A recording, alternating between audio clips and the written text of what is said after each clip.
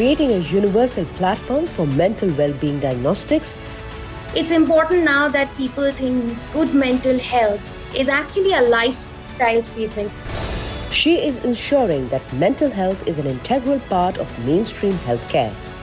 India must be the mental health and well-being hub as it is for medical tourism today. NewsX India A-List proudly recognizes Diya Ganguly Mallick for excellence in community well-being. Hello and welcome. You're watching NewsX India A-List. Joining us now is Diya Ganguly Mallick. She's a senior academic and a psychotherapist from the United Kingdom. She's also the co-founder of Psychonnect. Welcome to the show, Diya. Thanks for speaking to us. Thank you, Gauri. In fact, thanks for having me here, and I wish you and the viewers of NewsX a very happy New Year. Well, Diya, you're an academic, so why did you then decide to start this organization, a startup called Psychonnect? What do you envision to achieve through it beyond your career in academia?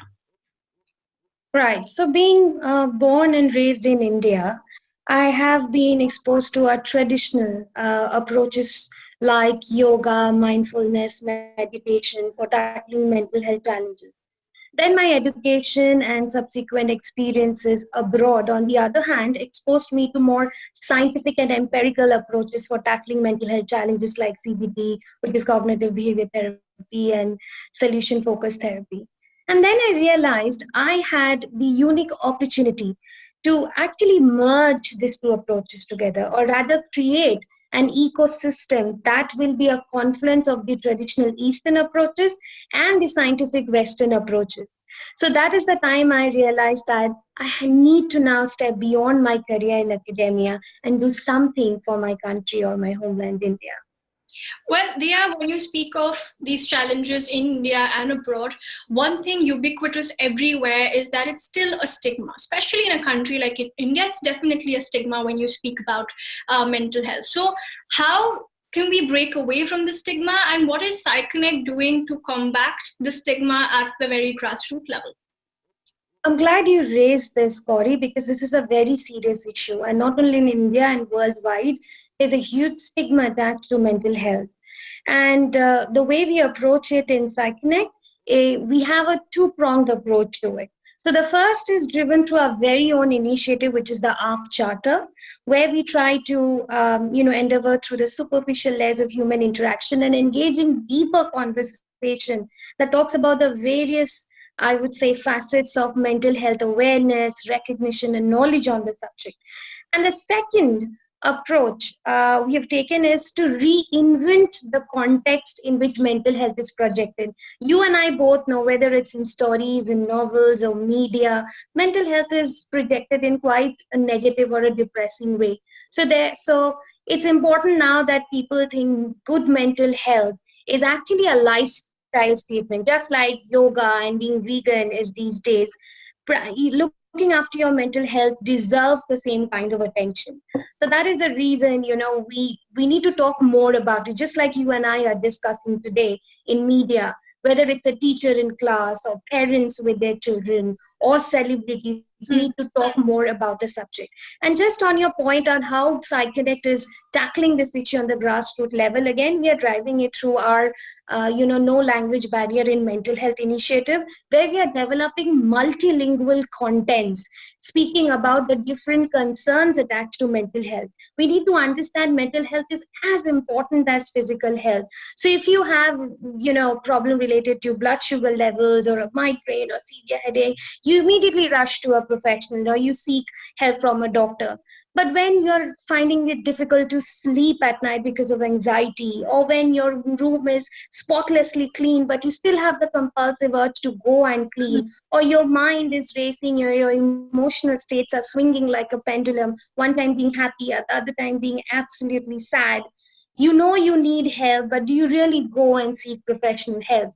This is something that, we are asking our mental health champions in their own language to talk about it and disseminate this information that how important mental health is.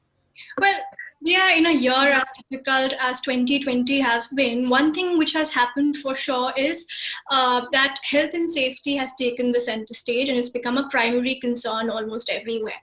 Now, how do we ensure, Diya, that this doesn't just stop at physical health, but also includes mental health? Because it's been a difficult time, not just for physical health of people, but also for the mental health of people. Right, Gauri. So, like I mentioned earlier, mental health is connected to physical health. You cannot look after your physical health without giving attention to your mental health. And it is also important to emphasize here that, when you talk about this lethal virus or this pandemic, it has not only impacted our physical human body, but its impact on our mind is also as much or as devastating as it has been on our physical body. In fact, at a much larger scale. And we'll be talking about this on our upcoming webinar broadcasted on your channel on the 16th of January, just to show how it's going to be impacting on different population, be it children or elderly, who stays apart from their family. So it's fair to say that, Gauri, even though as professionals, it's important for us to keep this conversation alive and make people realize that we cannot ignore mental well-being at this stage, because if you ignore it, you because it's intangible, it's invisible, it's going to have an impact on your physical health after some point of time. So that is why it is quite important, and rather very important more than ever now, to look after your mental well-being, because you're dealing with so many instances that you've never dealt before. Well, absolutely, Dia. And I mean, you're doing all this work. So let's talk about you a little. How did this journey for you start in India and then in the UK? And when did you actually decide that this was your calling? This is something that you'd like to do? Right. So to answer to this, I have to actually narrate a story from my school days. So I used to volunteer for an old age home as a child, and then one thing I realized very quickly during that experience is that there were a lot of checks for physical parameters, but there's nothing done for improving the subjective well-being of those people in that old age home. And when I used to go there and talk with them and just chat with them, that used to have a magnificent, I would say, impact on their well being. And I understood this is quite therapeutic. Just talking to them, giving that space to vent, made so much of a difference to them. So then I used to always think, there's so many checks being done for their physical parameters, but there's nothing being done to check, mentally how they are feeling. So I think that is the time first I realized I want to do something for improving, people's subjective well-being or improving their emotional states. And then, of course, I met a lot of good mentors on my way from India, and then I moved to Sri Lanka and Maldives, dealt quite critical cases. And every time I work with a client and I see that confidence when they are ready to tackle their own mental health challenges, that is priceless, because that cannot be equated with anything. When you give that confidence, when you see that solace, when you see that confidence in their eyes telling you that yes, now I'm ready to battle or go through this journey of mental health. So that is why I'm quite confident that this is a beautiful profession and you need more professionals in this field to tackle this issue. Well, you've of course had a fascinating journey there. So, what next for you? What next for Psychonnect? What are the priorities now? Where do you guys see yourselves in the next 5 years? Right. So, as far as the immediate priorities are concerned, we are constantly developing internationally recognized courses, building our portfolios. We are partnering with globally recognized experts from UK, Australia, Europe, etc. And what we want to do, Gauri, it's very important to mention here that we want to create a platform where our students sitting in India will have access to international courses, because we truly believe in the motto of Make in India. Nobody needs to travel abroad, spend a lot of money to do courses or learn about mental health. So, our long term vision, Gauri, is to make mental health at par with physical health. Now, for that, if we need to build more courses, if we need to, of course, partner with more global experts, create one of its own university, we'll do all those hard work. And mental health has never got its due respect, even being the fundamental cornerstone of human life and social construct. So we all in our own way as professional should try to give its due respect.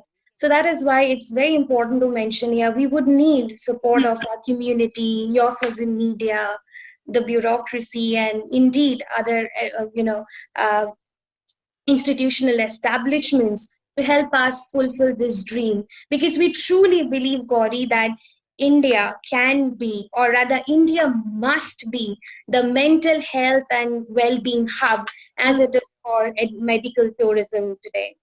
All right, yeah, that's a very, very interesting journey that you have there, and we wish you all the best, and we wish Psychonnect all the very best for all their future endeavors. And thank you for having this conversation with us. Thank you for speaking to us. It's been a pleasure. Thank you, Gauri. Thank you for letting me speak and raising a little awareness on mental health today. Thank you. For more such videos, subscribe to the NewsX YouTube channel, hit the bell icon.